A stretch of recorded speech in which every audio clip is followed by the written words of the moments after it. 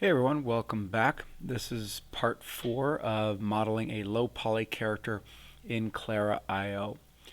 Okay, so what I want to cover in this part 4 is the proportions or the shapeliness of the side view of the character. Way too blocky and just flat on the front and flat on the back. So I want to bring in the side image that I have. So I'm going to go ahead and I'm going to do File, Import Files, go to my desktop, and this is the image that I'm bringing in.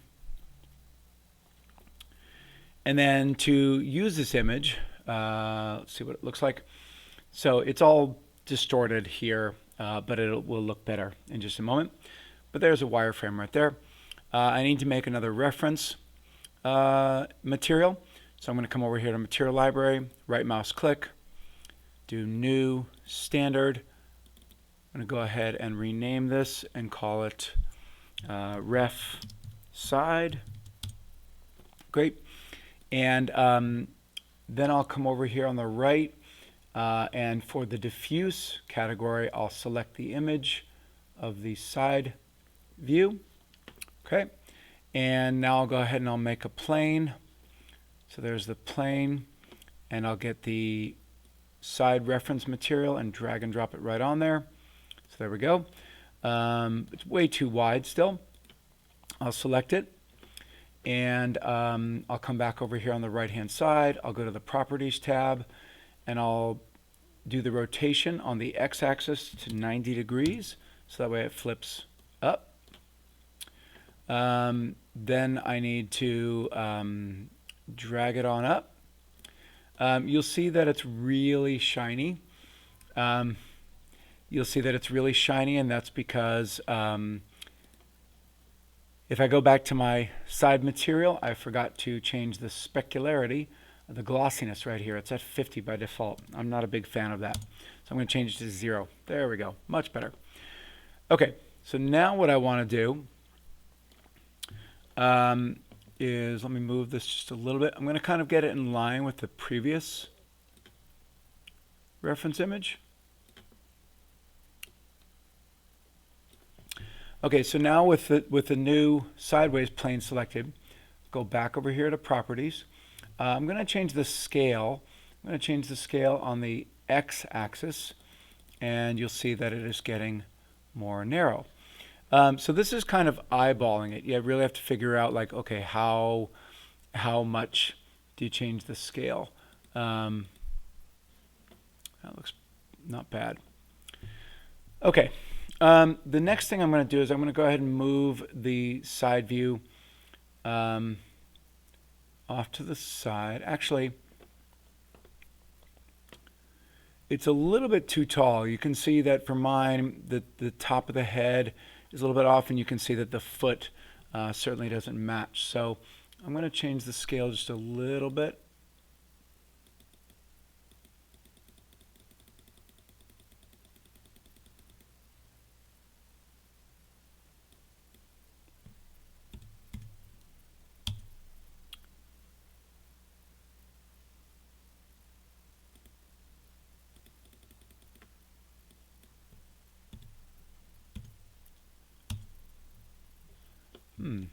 Doesn't seem to be changing the height. That's really weird.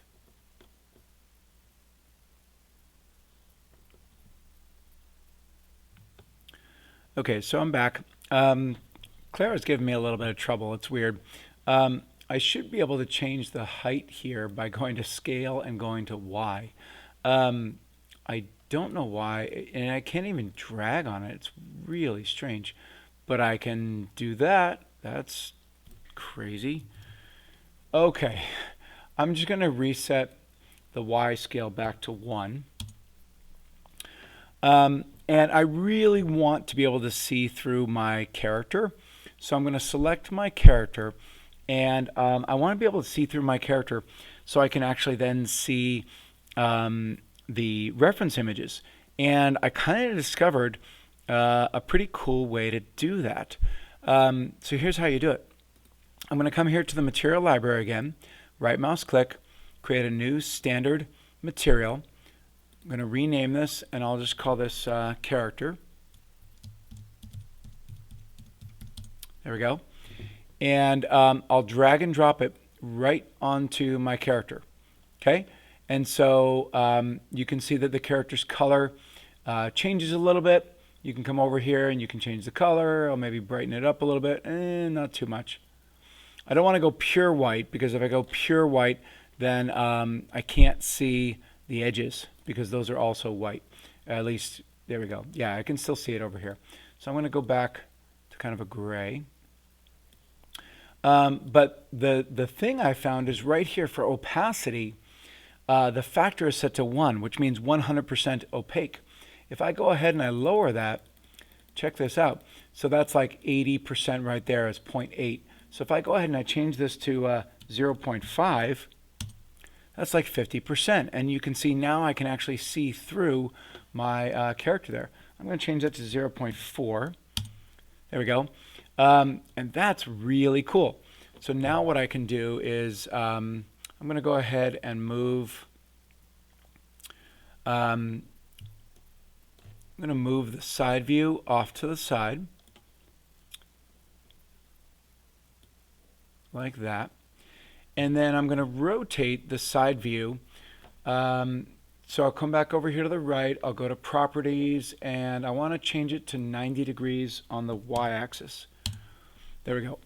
So I just rotated it 90 degrees on the Y-axis. So now I should be able to look through this and be able to see the character's shape. Okay, so this is cool. It would have been really cool for me to figure out this whole transparency. You can see now that I can see through my character, I can see where things are definitely off. So I'm not sure what happened, but things are off. So check your models, and like right now I can select this here and I can move it over. Oh, it's so much easier to be able to see through the model. So I can go ahead and shape this. So that's kind of a awesome thing to figure out.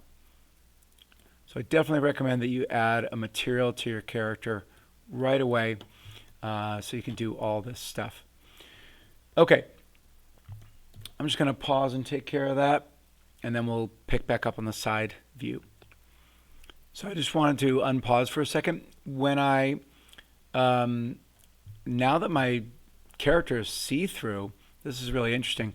As I'm going around and I'm in vertex mode, I noticed that I had a little bit of an extra vertex and geometry here. So I got that selected here, and I can just now go ahead and hit delete.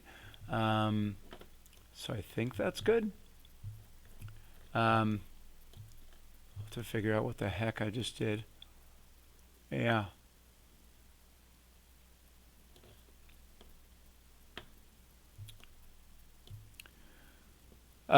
What I also discovered is, there's also an extra vertex here. Not sure where that came from, but oh well, gone. Okay, so I just deleted an extra vertex, and now I have a gaping hole in my character there. So to fix that, if that ever happens to you, where if you ever have any extra geometry, you generally want to get rid of it right away. Sometimes that extra geometry will then create gaps and holes. You're still doing the right thing. So to plug that up, I'm going to go back to edge mode. I'm going to select this edge, and then I'm going to select this edge, and then I'm going to come over here and I'm going to choose the bridge tool. And when I choose the bridge tool, it works, but it also puts an extra segment in here. And so what I can do is I can go, where is it? Properties. Yeah, it's under Polymesh up here. There's a little setting here that says segments, and right now it's set to 1 by default. I would change that to 0. There we go. Okay, I'm going to now plug up this opening here. So select that edge, Control click, select that edge, bridge, get rid of the one segment, make it just that. Okay, good. Awesome. Okay, go back to vertex mode and clean up. So again, what I'm doing right now is I'm just selecting vertices, moving them where they should go so the character is a little bit more accurate. So there we are. Okay, so I think the character looks better now. Again, if you don't like the opacity level of your character, just go back over here to the Explorer tab, select your character material, and change it from a lower number to a higher number, and your character will feel more solid. There we are. Okay, so now what I'm going to do is I'm going to change my front view to a side view. So it's either going to be left or right. So left view is not correct. I'll go to the right view, and ta-da, there we are. Okay, so now I can go ahead and see everything. Maybe I'll select my sideways view. Okay, so you can see that the sideways view, it's still not perfectly in line. The feet are down here. Let's see the head. The head is pretty darn close, but this plane is still a little too tall. So if I go back here to properties, again, I have the polymesh category and I have the transform category. The polymesh category has a width and a height.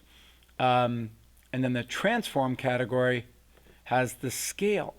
And so what's weird is that the scale, I should be able to type in a number here and have it go, if I do 0.5 for the y-axis, it should be now half the size. I don't understand why it's not doing that. That seems very counterintuitive to me. But now if I go here to the polymesh category and I've got a height of 4, if I go lower than 4, watch this. It will actually change the height on the y-axis. So that's really strange. I don't know why it does this. I'm still trying to figure out the difference between polymesh and the transform category. So, okay. So again, I just did 3.9, and that's pretty darn close. Maybe 3.8, 3.85. Yeah, so you can fiddle with it as much as you want. I'm pretty happy with that there. Yeah,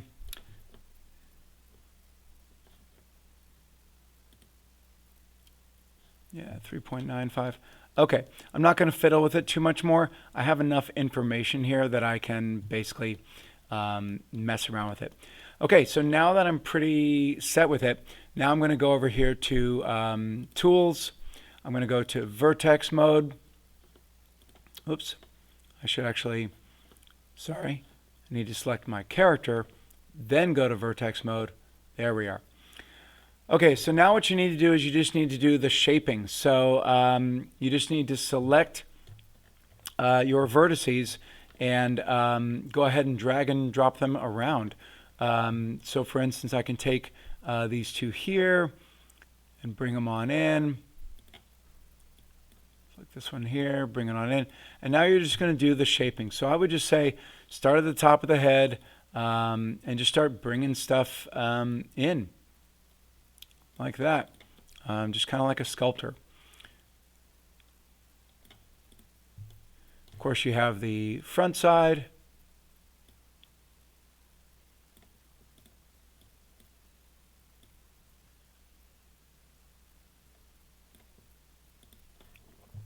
And from time to time, take a break and always look in the perspective view so you can just see how things are shaping up. Okay, it's going to look ugly before it looks nice. Okay, so that's going to be it for the for this tutorial. As of course, I'm not going to finish the entire thing here, but in the next part, part 5, which will be the last part of this video, at least for the modeling part, this character will be all done. All right, thank you very much, everyone, and I will see you later. Bye.